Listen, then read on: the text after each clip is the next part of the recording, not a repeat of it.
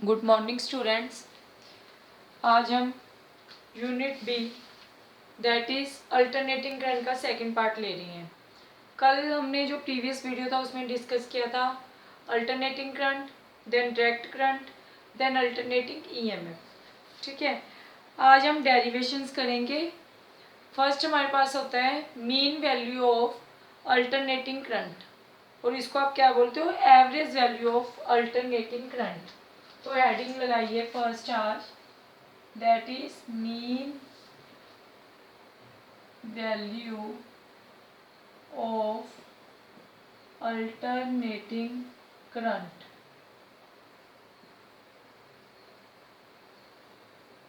Clear है?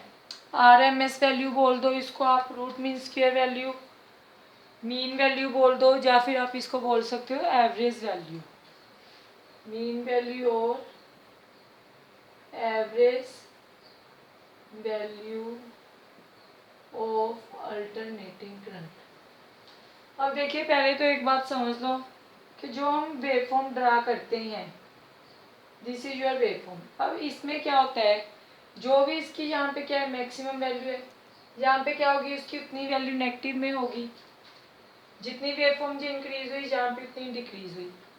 अगर आप पूरे साइकिल के लिए मीन वैल्यू या एवरेज वैल्यू निकालते हो, तब हमारे पास जो मीन वैल्यू है, mean value of alternating current for full cycle, वो क्या बन जाएगी, 0 बन जाएगी। क्यों?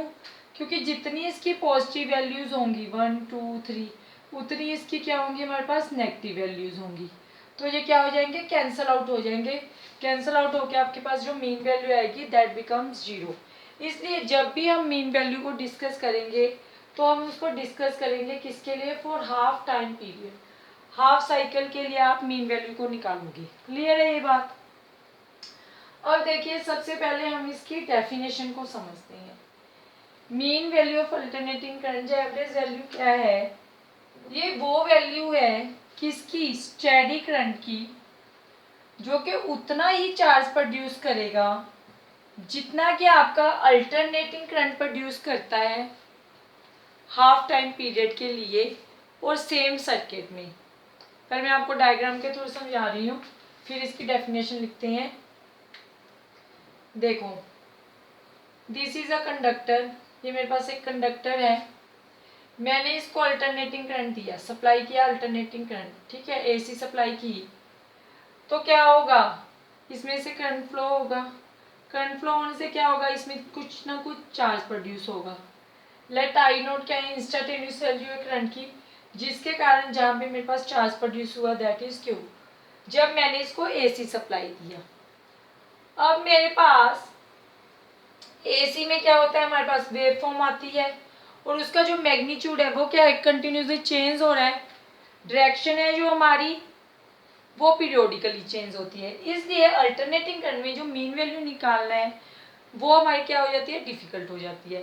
तो हम क्या करते हैं, इसकी मीन वैल्यू लेने के लिए हम सेम कंडक्टर को किस में अप्लाई कर देते हैं, इसी कंडक्टर को मैं क्या दूंगी, डीसी सप्लाई दूंगी। क्योंकि इसमें क्या होता है, मैग्नीट्यूड और हमारे पास जो डायरेक्शन है वो सेम रहती है। तो मैं जब इसको डीसी सप्लाई दे रही हूँ, दिस इज अ बैटरी और डीसी सप्लाई, क्लियर है, तब क्या होगा, मेरे पास डीसी सप्लाई देने से जो इसमें चार्ज आना चाहिए, मैं इसको डीसी सप्लाई तब तक दूंगी जब तक मेरे पास सेम चार्ज प्रोड्यूस ना हो जाए जितना कि अल्टरनेटिंग करंट ने प्रोड्यूस किया था। मैं इसको डीसी सप्लाई, अब इस कंडक्टर को, इसी सेम सर्किट को मैं डीसी सप्लाई तब तक देती रहूंगी जब तक जितना चार्ज इसमें प्रोड्यूस हुआ था उतना मेरे पास चार्ज इसमें प्रोड्यूस ना हो जाए। बात समझ में आ रही है? जितना, जब इसके इक्वल इसमें चार्ज प्रोड्यूस हो जाएगा, तब मैं उस पॉइंट पे क्या चेक कर लूंगी, यहाँ पे करंट की वैल्यू चेक कर लूंगी कि मेरे पास इसमें मैक्सिमम वैल्यू कितनी आ रही है। जब ये दोनों चार्ज इक्वल हो जाएंगे, डीसी सप्लाई दी मैंने, तब तक दी जब तक मेरे पास जो चार्ज एसी में प्रोड्यूस हुआ है उतना ही चार्ज इसमें प्रोड्यूस ना हो जाए। जब उतना ही चार्ज मेरे पास प्रोड्यूस हो गया, उस पॉइंट पे मैं क्या करूंगी, इसका जो मैक्सिमम वैल्यू है करंट का, उसको मैं नोट डाउन कर लूंगी। क्लियर है? क्योंकि मेरे पास डीसी सप्लाई में करंट की वैल्यू को मेजर करना क्या है, इजी है। देन उसी वैल्यू को मैं इससे इक्वेट करके क्या निकाल लूँगी, अल्टरनेटिंग करंट के लिए वैल्यू निकाल लूँगी। अभी इसकी डेफिनेशन देखिए क्या है, it is that value of steady current, it is that value of steady current which produce same amount of charge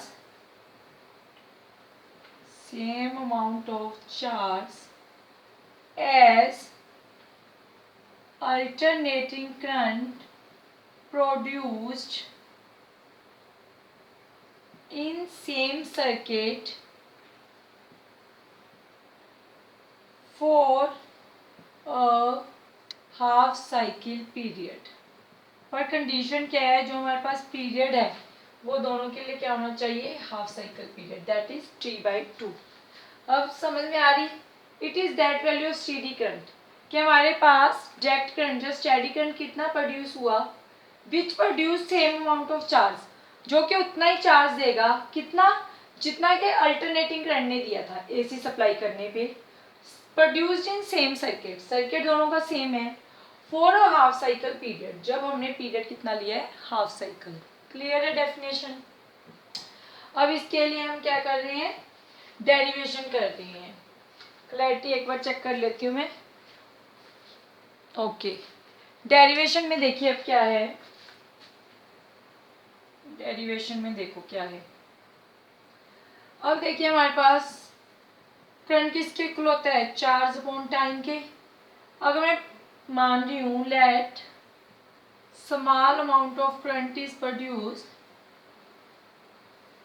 dq, let small amount of charge dq is produced in small time dt, in small time t। अब मैं मान के चल रही हूँ कि मेरे पास छोटा सा करंट प्रोड्यूस हुआ, मैं मान के चल रही हूँ कि मेरे पास थोड़ा सा चार्ज प्रोड्यूस हुआ, दैट इज dq, ठीक है। और dq चार्ज मेरा कितने टाइम में प्रोड्यूस होगा, इन स्मॉल टाइम dt।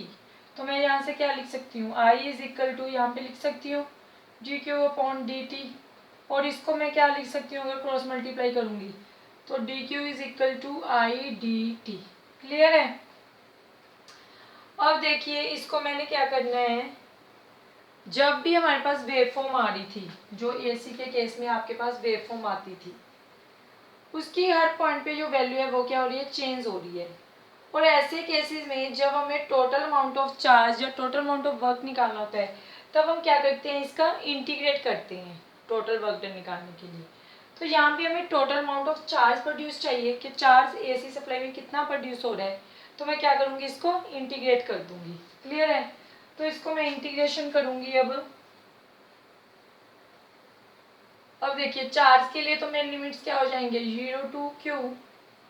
अब यहाँ पे क्या है, I dt, बट I हमारा किसके इक्वल था, यहाँ पे टाइम के लिमिट्स आएंगे।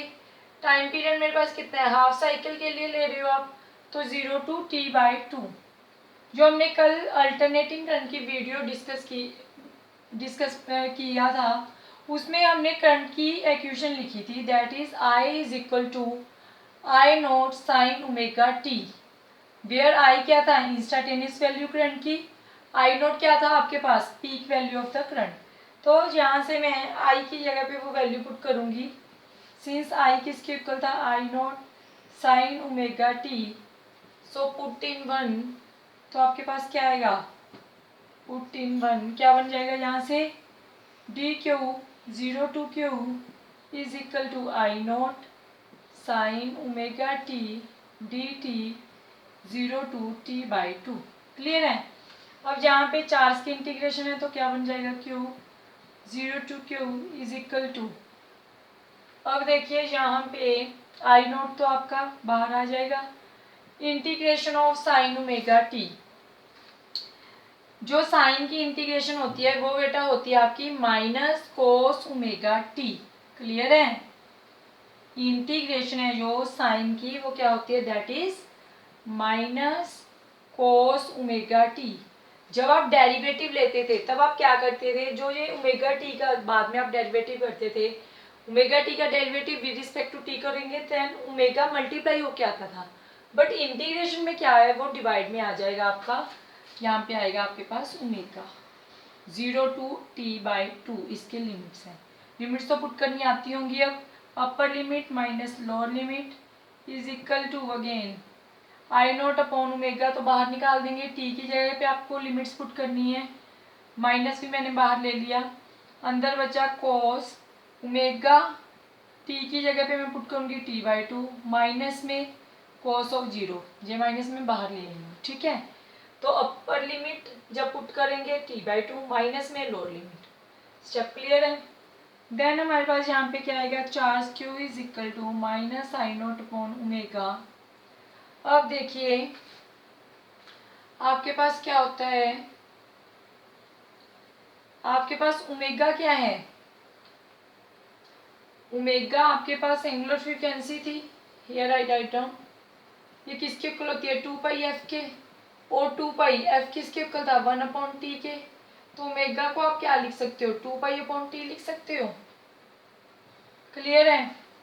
तो यहाँ से आप लिखेंगे इसको कोस ओमेगा को मैं पुट करूँगी 2 पाई अपॉन टी इंटू में टी बाई टू है माइनस कोस 0 मीन्स 1, टी से टी कैंसिल, 2 से 2 cancel, minus I note upon omega, cos पर नेटिव बेटा -1 which is equal to minus I note upon omega into में -2, तो q is equal to minus minus plus बन जाएगा 2 I note upon omega.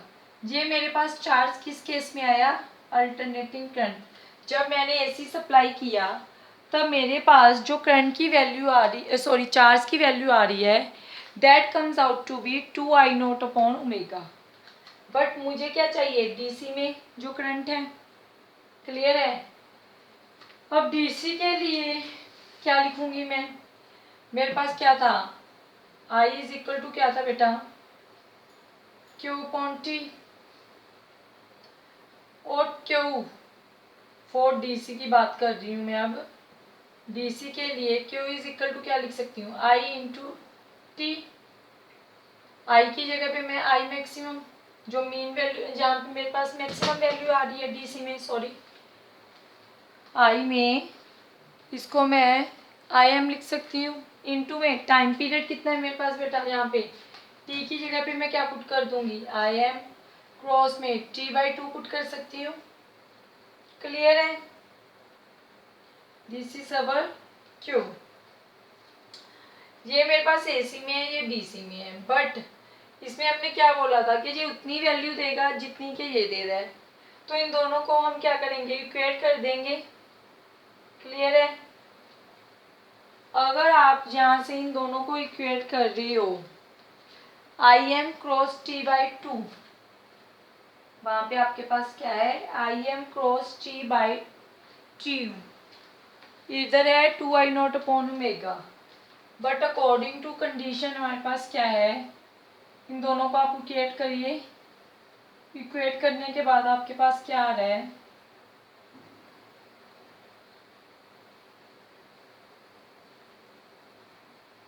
Charge produce, क्योंकि दोनों केसेस में क्या मान के चल रहे हैं, सेम। ऊपर के स्टेप्स में रब कर रही हूँ।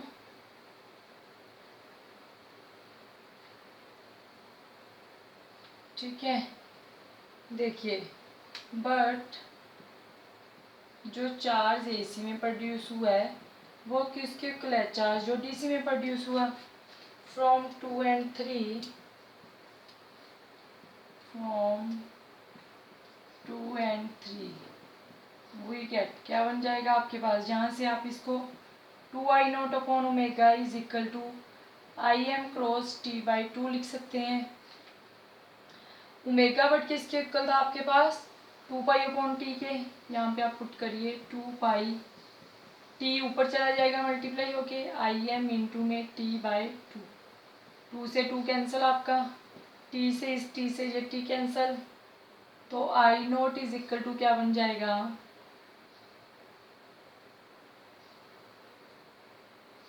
हमें आई एम चाहिए, सॉरी आई एम क्या आ जाएगा यहाँ से, जे टू इधर आ जाएगा, 2I0 upon pi is equal to I M. यही तो हमें चाहिए था कि डीसी में मैक्सिमम वैल्यू करंट की कितनी आ रही है, जिस पे कि जे उतना ही चार्ज दे रहा है जितना कि अल्टरनेटिंग करंट दे रहा है।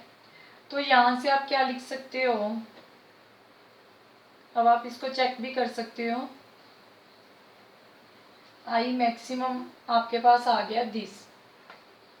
अब इसको आप क्या लिख सकते हो, 2I0 अपॉन पाई कितना है यहाँ पे 3.14 is equal to I M. तो इसको जब आप ऊपर लेके जाएंगे तो यहाँ पे 200I0 upon this is equal to I M. I M आपका बन जाएगा ये कैलकुलेशन के बाद 0.637I0। क्लियर है। और अगर हम परसेंटेज में देखें तो I m is equal to आ जाएगा 63.7% of I0। This is your maximum value for DC। Clear है। अब देखिए ये आपका मैक्सिमम वैल्यू आ गया DC के केस में, I0 क्या था आपका AC के केस में। ओके अब सिमिलरली एक डेरिवेशन है आपके पास, that is your for alternating EMF of AC, mean value of alternating EMF। Next है आपके पास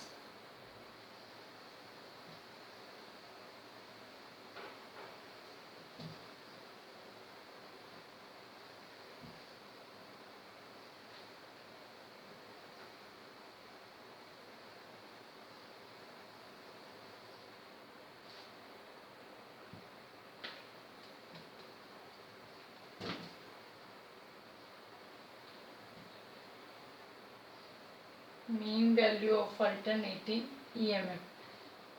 ये हमारे पास अब करंट के लिए थी, अब हमारे पास किसकी बात होगी, वोल्टेज की बात होगी। क्लियर है। बाकी सब चीज़ें आपकी इसमें सेम रहेंगी। इसमें तो मुझे आपको समझाना भी था अब, लेकिन काफ़ी स्टेप्स आपके क्लियर हो गए होंगे इस डेरिवेशन से, तो इसलिए इसको करना आपके लिए इजी रहेगा। नेक्स्ट है आपके पास देखिए mean value of alternating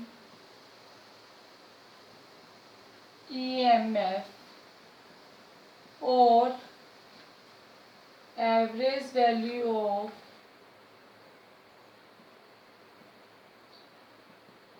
alternating EMF। Clear है। अब इसमें भी सारा कंसेप्ट आपका सेम है। इसमें क्या है आपके पास, अगेन आपने क्या लिया, एक कंडक्टर लिया, उसको जब आपने DC सप्लाई दिया, AC सप्लाई दिया, तो यहाँ पे आपके पास कितनी वैल्यू है वोल्टेज की, जो ये वोल्टेज है उस पर क्या होगा, यहाँ पे चार्ज प्रोड्यूस होगा, और इसको भी आप क्या करोगे, हाफ साइकिल के लिए ही कंसीडर करोगे। क्यों, अगर आप फुल साइकिल के लिए कंसीडर करोगे अगेन आपके पास ये क्या बन जाएगा, 0। क्लियर है। सिमिलरली जब आप इसमें DC की बात कर रहे हो तो अगेन हम क्या बोलेंगे कि जब हम यहाँ पे DC या फिर बैटरी को अप्लाई कर रहे हैं तो आपके पास चार्ज कितना प्रोड्यूस हो रहा है, और उस चार्ज पे हम मैक्सिमम वैल्यू देख लेंगे वोल्टेज की सेम पीरियड के लिए। तो इसको डिफाइन कैसे करोगे, it is defined as that value of, और यहाँ पे वर्ड क्या आ जाएगा, voltage. It is defined as that value of static voltage which produce same amount of charge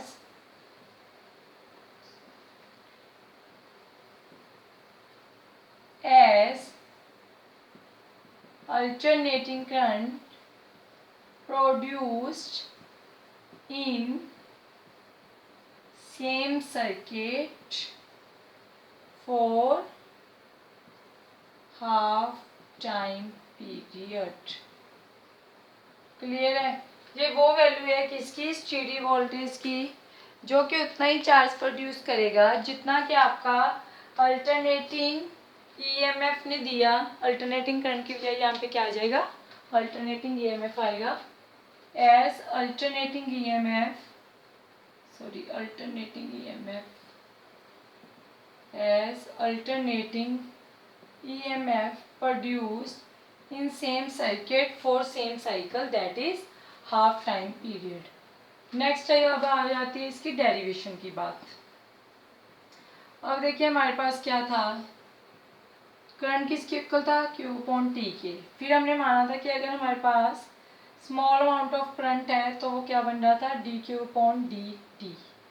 clear है। But V is equal to I R, ये सबने सुन रखा है ओम्स लॉ के अकॉर्डिंग। और I इज इक्वल टू क्या बनेगा, B अपॉन आर। V की जगह पे आप E अपॉन आर भी ले सकते हो। क्लियर है। E क्या हमारे पास वोल्टेज ही तो है, EMF ही तो है ये। तो यहाँ से I is equal to E upon R को आप क्या लिख सकते हो, यहाँ से DQ की वैल्यू निकाल सकते हो आप फ्रॉम वन। अगर यहाँ से आप देखें DQ क्या बनेगा, I dt के, तो I की जगह पे मैं क्या लिख सकती हूँ, E upon R dt, that is DQ। But E मेरा किसके इक्वल था, प्रीवियस वीडियो में डिस्कस किया था, E is equal to E not sine omega t है। तो DQ इज इक्वल टू क्या बन जाएगा, E not sine omega t upon R into d t. Again आपके पास आपको टोटल चार्ज निकालना है, तो आपको क्या करना पड़ेगा, इंटीग्रेशन लेना पड़ेगा 0 टू Q, और इस केस में इंटीग्रेशन टाइम के अकॉर्डिंग 0 टू T/2। क्लियर है यहाँ तक के स्टेप्स, आपको विजिबिलिटी है सबको लास्ट तक की। ओके। अब नेक्स्ट इसमें क्या हो जाता है आपके पास,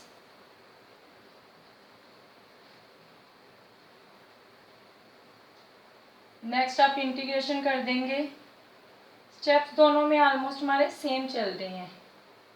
क्लियर है।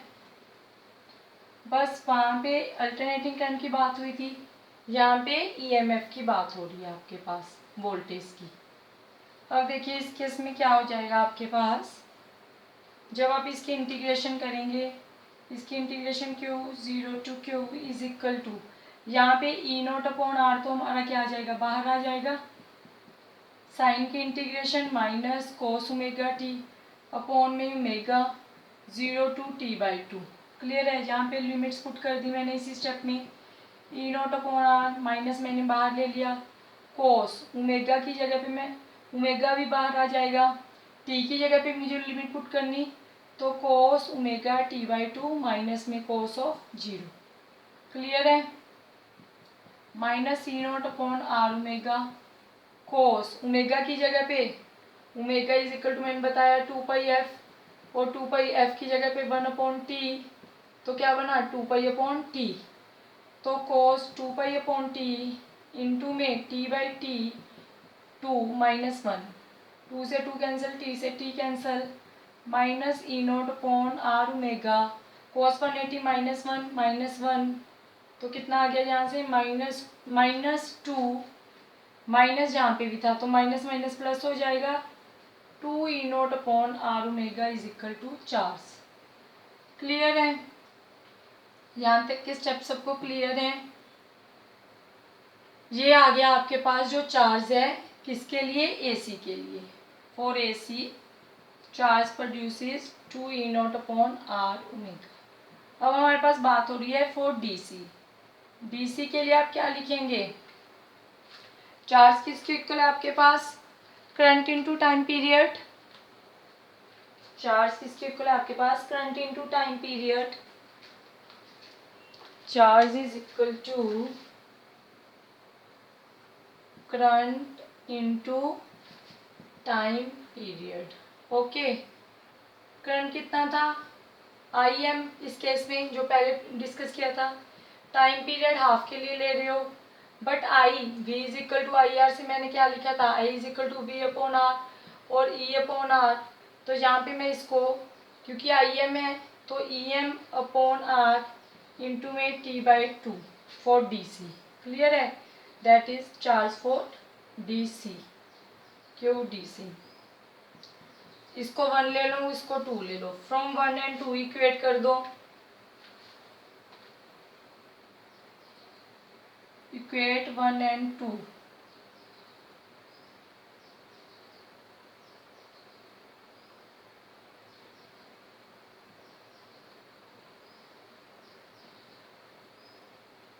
यहाँ पे लिखिए from 1 and 2 we get charge, क्योंकि प्रोड्यूस जो हो रहा है दोनों में वो तो सेम होएगा, तो Q A C is equal to क्या बन जाएगा आपके पास, क्यू डी सी के